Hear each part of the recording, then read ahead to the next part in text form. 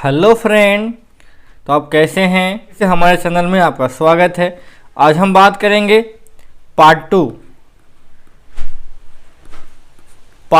To द्विघात समीकरण का पार्ट 2। पार्ट 1 में हमने डिस्कस किया था कि हम कैसे किसी दिए गए समीकरण को हम जांचेंगे कि द्विघात समीकरण है या नहीं। आज इसका पार्ट 2 लेकर आए हैं और हम इसमें हल करेंगे क्वेश्चन को हम कैसे हल करते हैं। ठीक है, तो बिना टाइम वेस्ट किए हम आते हैं क्वेश्चन पर। ठीक है, हमारे पास क्वेश्चन है कि मूल ज्ञात करें। मूल का मतलब है इस दिया गया x है, इसका हमको हल करके निकालना है। ठीक है, मूल ज्ञात करने का मतलब है शून्य ज्ञात करना है। तो हम मेथड यूज करेंगे, फैक्टर का यूज करेंगे। आपको पता होगा फैक्टर कैसे किया जाता है। तो फैक्टर का यूज करेंगे और यहाँ से हम x का मान निकालेंगे। कहता है 2x² - 5x + 3 = 0। यदि आवश्यकता पड़ेगा तो हम द्विघाती सूत्र का भी प्रयोग करेंगे। ठीक है, अब एक चीज़ और हम बताना चाहेंगे, द्विघाती सूत्र में जो कंडीशन है वो कैसे अप्लाई होता है। इसके बाद हम इस क्वेश्चन को बनाएंगे। देखिए, सबसे बड़ी बात है कि जो हमारा द्विघात समीकरण का जो मानक रूप होता है वो ax² + bx + c = 0 होता है। ठीक है, तो हम क्या करते हैं, पहला स्टेप में d निकालते हैं। d निकालने का तरीका क्या होता है, b² - 4ac। दिए गए समीकरण से a b c का मान निकालेंगे, इसमें पुट कर देंगे। ठीक है, और हम d का मान निकालेंगे। तो यदि हम जब इसको हल करेंगे तो हल करने के बाद d का जो मान आएगा उसके लिए क्या कंडीशन है, कंडीशन को हम बोलते हैं शर्त या इसकी प्रकृति के बारे में हम कह सकते हैं कि इसको हम प्रकृति क्या कहेंगे। तो ए नंबर में समझते हैं, यदि d = 0 आ जाएगा, यदि जब हम इसको हल करेंगे और यदि d का मान 0 आ जाएगा तो हम इसको क्या कहेंगे। तो यदि d का मान 0 आया तो हम क्या कहेंगे, दो समान वास्तविक मूल होंगे। कितने मूल होंगे, दो समान वास्तविक मूल होंगे, मतलब 2 इक्वल रियल नंबर होंगे। कब होंगे, जब d = 0 होगा।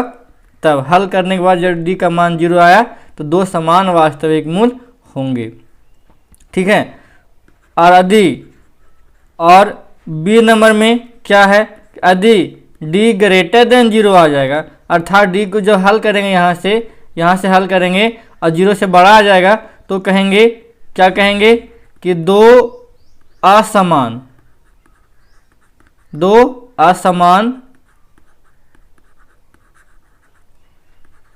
वास्तविक मूल होंगे। ये किसके लिए बता रहे हैं, द्विघाती सूत्र का यूज करने के लिए बता रहे हैं। ठीक है, पहले हम कंडीशन को अप्लाई करेंगे और चेक करेंगे कि इसका मूल होगा कि नहीं होगा। उसके लिए हम d निकालते हैं। ठीक है, उसके लिए क्या निकालते हैं, d निकालते हैं। ठीक है, तो यदि d का मान 0 से बड़ा आ गया तो दो असमान वास्तविक मूल होंगे। और c नंबर में क्या होगा, यदि d का मान 0 से छोटा हो जाएगा, यदि नेगेटिव आ जाएगा, क्या आ जाएगा, नेगेटिव आ जाएगा, तो वास्तविक मूल नहीं होंगे। वास्तविक मूल नहीं होंगे तो कैसा मूल होगा, काल्पनिक मूल होंगे। और कितना, 2। बट हमको क्लास 10th में जाना है रियल नंबर के बारे में, तो हम इसमें यदि d < 0 आ जाएगा तो बोलेंगे कि मूल अस्तित्व में नहीं है, मतलब इसके बाद आगे हम हल नहीं करेंगे। तो यदि d < 0 हो जाएगा तो मूल अस्तित्व में नहीं है। तो हमने क्या क्या जाना, हमने जाना ए नंबर में कि यदि d = 0 आएगा, उसके बाद d > 0 आएगा और d < 0 आएगा। इस कंडीशन में हमने जाना यदि d = 0 होगा तो दो समान वास्तविक मूल होंगे, d > 0 आएगा तो दो असमान वास्तविक मूल होंगे, और d < 0 आएगा तो मूल अस्तित्व में नहीं होंगे। चेक करने के बाद यदि ए दोनों आया तो मूल अस्तित्व में होगा, इसके लिए अस्तित्व में नहीं होगा। तो यदि मूल अस्तित्व में होगा तो हमको क्या करना है, द्विघाती सूत्र का प्रयोग करना है। और जिसके लिए फार्मूला होता है हमने फर्स्ट में ही बताया था, उस हम यहाँ पर लिख देते हैं। इसके लिए द्विघात सूत्र होता है x बराबर minus b plus minus root d बटा 2a। ये होता है द्विघात सूत्र मूल निकालने के लिए। ठीक है, यदि मूल अस्तित्व में होगा तब इसको हम यूज करेंगे, यदि मूल अस्तित्व में नहीं होगा तो हम इसको यूज नहीं करेंगे। कब? यदि फैक्टर हो जा रहा है तो कोई दिक्कत नहीं, तो तब हम ऐसे फैक्टर से बनाएंगे। अगर हो रहा है तो, नहीं होगा तो चेक करेंगे, यदि मूल अस्तित्व में है तो हल करेंगे, नहीं होगा तो नहीं हल करेंगे। बशर्ते एक शर्त है कि यदि क्वेश्चन बोल दे कि द्विघात सूत्र से प्रयोग करके बनाना है तो लगाना है, मतलब तो फैक्टर नहीं करना पड़ेगा। मतलब कहने का तात्पर्य हुआ, यहाँ लिखा हुआ मूल ज्ञात करें, यहाँ तो मूल ज्ञात करना तो हमको ये आवश्यक नहीं कि हम द्विघाती सूत्र से ही बनाएं। यहाँ यदि फैक्टर हो रहा है तो हम फैक्टर से ही बनाएंगे। ठीक है, तो हमारे पास दो ऑप्शन है, या तो दो ऑप्शन में या तो द्विघाती सूत्र लगा दो या फैक्टर कर दो। यदि क्वेश्चन बोला है मूल ज्ञात करें, ठीक है, यहाँ पे जिक्र नहीं किया है कि इस मेथड का यूज करो, लेकिन क्वेश्चन बोल दे क्या तो गुणनखंड से करो तो हमको गुणनखंड करना पड़ेगा, द्विघाती से बोलेगा तो द्विघाती का यूज करना पड़ेगा। जब तक नहीं कहा जाए तब तक हम यूज नहीं करेंगे। और यदि जनरल में पूछ दे सिर्फ कि मूल ज्ञात करो तो हम किसी भी मेथड का यूज करके हम मूल ज्ञात कर सकते हैं। यदि यहाँ तक बात समझ में आया तो कृपया लाइक कर दें और सब्सक्राइब कर दें। ठीक है, अब हम आते हैं क्वेश्चन पर कैसे बनाते हैं। यहाँ बोला है मूल ज्ञात करो, तो यहाँ तो स्पेशल बोला नहीं गया है कि इस मेथड से यूज करो, हम किसी भी मेथड का यूज कर सकते हैं। तो हमने देखा कि यदि फैक्टर हो रहा है तो फैक्टर का यूज करेंगे। तो फैक्टर से क्या नियम है वो समझ लेते हैं। ये हमारा क्वेश्चन है, फैक्टर से कैसे बनाते हैं इसे समझिएगा। हम क्या करेंगे, एक्स स्क्वायर कोफिशिएंट को और लास्ट में जो दिया हुआ उसको गुना करेंगे, तो कितना है 2 गुने 3 6 आया। और हमको 6 का एक फैक्टर निकालना है। क्या निकालना है? ऐसा फैक्टर जिसको जोड़ने पर और घटाने पर -5 आना चाहिए। तो 6 का फैक्टर हमारे पास क्या हो सकता है, एक पहला फैक्टर हो जाएगा ये, दूसरा क्या हो जाएगा 1 गुने 6 आ जाएगा। इसके अलावा और फैक्टर नहीं होंगे। अब इन्हीं दोनों में से हमको चेक करना है कि किसको जोड़ेंगे और घटाएंगे तो -5 आएगा। तो यहाँ देखिए 1 + 6 करेंगे तो 7 आएगा, 1 - 6 करेंगे तो -5 आएगा। यहाँ पे हो रहा है, यहाँ भी हो रहा है कितना -2 और -3 करेंगे तो हो जा रहा है। तो हम आपको बता दें -2 -3 ही अच्छा रहेगा, क्योंकि -1 - 6 करेंगे तो कॉमन नहीं निकलेगा। ठीक है, थोड़ा सा फंसने का चांस ज़्यादा है। तो हमने क्या किया, -2 -3 को लेके बनाया है। तो देखिए एक क्वेश्चन हो गया, यहाँ से फैक्टर किए तो -2 -3 तो -2x - 3x। अब यहाँ से कॉमन निकाल देंगे, 2x कॉमन निकाल देंगे आराम से। तो 2x कॉमन निकाल गया, बच गया क्या x - 1। यहाँ से -3x कॉमन निकाल देंगे, बच गया x - 3। गुणनखंड विधि में एक चीज़ कॉमन चीज़ दिमाग में रखना पड़ेगा कि जब हम फैक्टर करते हैं और कॉमन निकालते हैं तो जो ब्रैकेट में है वो समान आना चाहिए। यदि समान नहीं आया, ज़बरदस्ती नहीं करना है, तरीका से बनाना है, और यदि समान आ गया बराबर तो फैक्टर हमारा सही है। उसके बाद ये दोनों फैक्टर में से किसी एक को हम लिख देंगे और क्या करेंगे, इसको और इसको हम अलग से लिख देंगे। ठीक है, यहाँ तक कोई दिक्कत है नहीं है। ठीक है, अब क्या करेंगे, इक्वल टू 0, अर्थात ये भी 0 होगा और ये भी 0 होगा, तब यहाँ पे 0 होगा। तो कहने का मतलब है ये 0 होगा और ये भी 0, अलग अलग 0 होगा तो 0 होगा। यहाँ से x का मान निकालेंगे तो 3/2 और x का मान 1, तो ये आपका आंसर हो जाएगा। ऐसी दो संख्याएं ज्ञात कीजिए जिनका योग 27 और गुणनफल 182 हो। कहता है कि दो संख्याएं ज्ञात कीजिए जिसका योग 27 और गुणनफल 182 है। तो मानेंगे, तो माना कि पहली संख्या x तो दूसरी संख्या 27 - x का है कि दोनों का योग कितना बोला है 27। तो यदि पहला संख्या x मानते हैं और दूसरा संख्या 27 - x मानेंगे, जब इसको हल करेंगे तो माइनस प्लस कट जाएगा तो बचेगा क्या 27 बचेगा। इसलिए हमने एक ही वेरिएबल में मानना है, दो वेरिएबल में नहीं मानना है। ठीक है, अब यहाँ से क्या करेंगे, अकॉर्डिंग टू क्वेश्चन कहता है कि योग 27 है और गुणनफल कितना 182, अर्थात दोनों गुना करेंगे कितना आना चाहिए 182, है कि नहीं। अब इसको हल करेंगे तो 27x माइनस एक्स स्क्वायर बराबर 182, हम इसको क्या करेंगे बराबर के दूसरी साइड में भेज देंगे तो एक्स स्क्वायर प्लस में हो जाएगा, अब प्लस 27 माइनस में हो जाएगा और ये प्लस 182।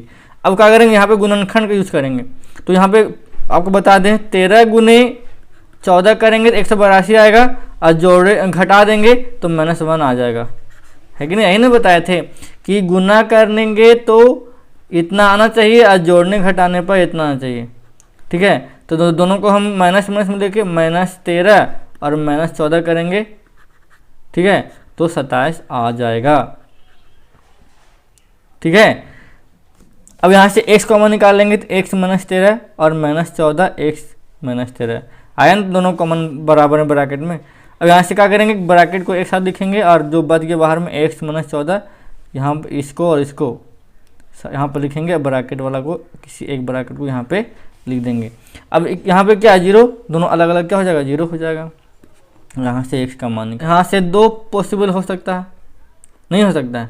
यदि x बराबर 14, ठीक है, तो दूसरा संख्या 27 माइनस x अर्थात 27 माइनस 14 करेंगे तो 13 आएगा। और यदि x बराबर 13 लेंगे तो दूसरा संख्या क्या आ जाएगा 14 आ जाएगा, है कि नहीं।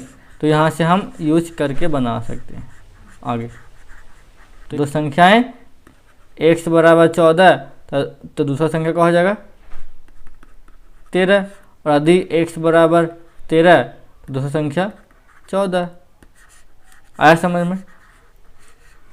कहता है 2 क्रमागत पूर्णांक ज्ञात कीजिए जिनके वर्गों का योग 365 है। क्रमागत, क्रमागत का मतलब होता है लगातार, कंटिन्यू।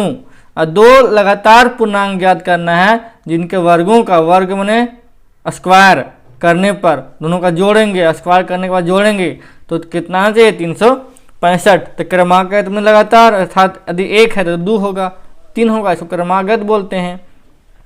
तो मानेंगे कि माना कि पहला पूर्णांक x तो क्रमागत बोला है तो दूसरा पूर्णांक x प्लस 1, यदि ये तो ये होगा 2 हो जाएगा, है कि नहीं। और कहता है दोनों के वर्गों का योग, तो पहला संख्या का वर्ग जोड़ दूसरी संख्या का वर्ग माने स्क्वायरिंग, वर्ग का माने स्क्वायरिंग, दोनों का जोड़ कितना होगा 365 होगा। अब क्या करेंगे यहाँ पे देखिए, इसको a प्लस बी के होल स्क्वायर पर तोड़ेंगे तो कितना हो जाएगा a square plus b square plus 2ab। अब x स्क्वायर 2x स्क्वायर और प्लस 2x, और यहाँ पे इधर करेंगे प्लस में, इधर माइनस में, है कि नहीं। यहाँ से तो कितना 364, यहाँ से 2 कॉमन निकाल देंगे तो x square plus x minus 182। और यहाँ से अभी बताए पीछे क्वेश्चन में कि 182 का गुणनखंड 13 गुने 14, और हमको लाना कितना है +1 जोड़ घटाव करके लाना है। तो क्या करेंगे -13 और +14 करेंगे, तो -13 +14, यहाँ से x कॉमन निकाल देंगे, कॉमन x -13, यहाँ से +14 कॉमन निकाल देंगे तो x -13। यहाँ तक समझ में आया। गुणनखंड कर रहे हैं यहाँ से हम क्या कर रहे हैं गुणनखंड कर रहे हैं। अब इसको अलग अलग 0 कर देंगे तो x + 14 बराबर 0 और x - 13 बराबर 0, तो x का मान है -14, x का मान कितना 13। तो हमको क्या करना है प्लस में नंबर लेना है, तो यदि पहला संख्या x बराबर 13 तो दूसरा संख्या क्या हो जाएगा हमारे पास x + 1, तो 13 + 1 माने 14, अर्थात x बराबर 13 तो y बराबर दूसरा संख्या 14, ये होगा तुम्हारा आंसर। 2 संख्या है तो फिर लास्ट में क्या करेंगे x का मान हम इसमें पुट कर देंगे तो हमारा दोनों संख्या निकल जाएगा। कहता है 2 क्रमागत विषम धनात्मक पूर्णांक ज्ञात कीजिए जिनके वर्गों का योग 290। विषम मैंने समय मारा होगा बाबू, 1 उसके बाद 3 उसके बाद 5, तो कितने का अंतर है 2 का। तो हम कैसे मानेंगे इसको कि मानेंगे पहला पूर्णांक x दूसरा पूर्णांक x + 2, है कि नहीं। 2 का अंतर है 2 + 2 कर दिए। अब कहता है इनके वर्गों का योग, अर्थात पहला संख्या का वर्ग जोड़ दूसरी संख्या का वर्ग करेंगे तो जोड़ने में कितना आना चाहिए 290। अब यहाँ पे x + 2 है का होल स्क्वायर, तो इसको a + b के होल स्क्वायर तोड़ देंगे तो a² + b² + 2ab बराबर 290। तो x square plus x square 2x square plus कितना 4x अब प्लस 4 बराबर 290। यहाँ से क्या करेंगे, ये प्लस में है इधर कर देंगे माइनस में, है कि नहीं, तो आराम से 4 घट जाएगा तो कितना होगा माइनस 286। यहाँ से 2 कॉमन निकाल दिए तो कितना बच गया 143। हमने क्या किया हमने यहाँ पे द्विघाती सूत्र का प्रयोग किया है, ठीक है। और हम यहाँ पे जानते हैं क्योंकि क्वेश्चन वर्ड प्रॉब्लम है, तो वर्ड प्रॉब्लम में हम जो डी का मान है वो हम जानते हैं कि ये अस्तित्व में मूल होगा। मूल क्या होगा, अस्तित्व में होगा, इसलिए हमने डी नहीं निकाला है, डायरेक्ट हमने द्विघाती सूत्र का प्रयोग किया है। तो एक्स बराबर minus b plus minus root b square minus 4ac बटा 2a।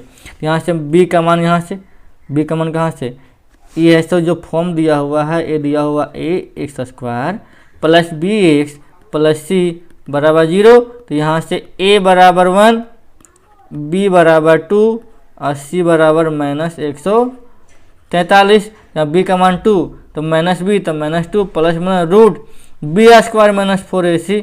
तो यहाँ से बी स्क्वायर कितना हो जाएगा, का मान कितना है तो 2 का स्क्वायर माइनस 4a का मान 1 गुने 143। यहाँ से 4 और माइनस 4 तिया 12 2 हाथ में 1 4 16 हाथ में 1 572। और यहाँ पे माइनस में है तो माइनस माइनस क्या हो जाएगा प्लस, तो 572 4 576। डी का मान कितना आया 576। अब 576 का वर्गमूल 24, ठीक है। तो इसको 2 बार लिखेंगे, एक बार प्लस में एक बार माइनस में। तो एक बार प्लस में एक बार माइनस में, यहाँ एक बार प्लस में, यहाँ पे प्लस में और यहाँ पे एक बार माइनस में। इसको हल करेंगे, जब हल करेंगे तो यहाँ पे आएगा इतना x बराबर 11 x बराबर माइनस 13। और हमको क्या करना है, नेगेटिव नंबर को लेना नहीं है, ठीक है। नेगेटिव नंबर में लेना नहीं तो हमको पूर्णांक निकालना है। तो कैसे निकालेंगे, पहला पूर्णांक x है तो x बराबर 11 और दूसरी संख्या x प्लस 2 तो कितना हो जाएगा 11 प्लस 2 माने 13। ये आपका हो गया आंसर, ठीक है। हमको पूर्णांक निकालना है तो दोनों पूर्णांक निकाल दिए, x बराबर 11 और x बराबर 13। मतलब इसमें हम क्या करेंगे, इसमें x का मान पुट कर देंगे तो हमारा दोनों पूर्णांक निकल जाएगा। तो आई होप कि आपको हमारा वीडियो समझ में आया होगा। यदि हमारा वीडियो समझ में आया तो कृपया लाइक कर दें, शेयर कर दें, सब्सक्राइब कर दें। और फिर हम मिलेंगे एक नए पार्ट में, तीसरा पार्ट लेकर आएंगे। तब तक के लिए धन्यवाद। और यदि थोड़ा सा भी अगर डाउट हो तो कृपया कमेंट करें और उसको हम सॉल्व करने का प्रयास करेंगे। धन्यवाद।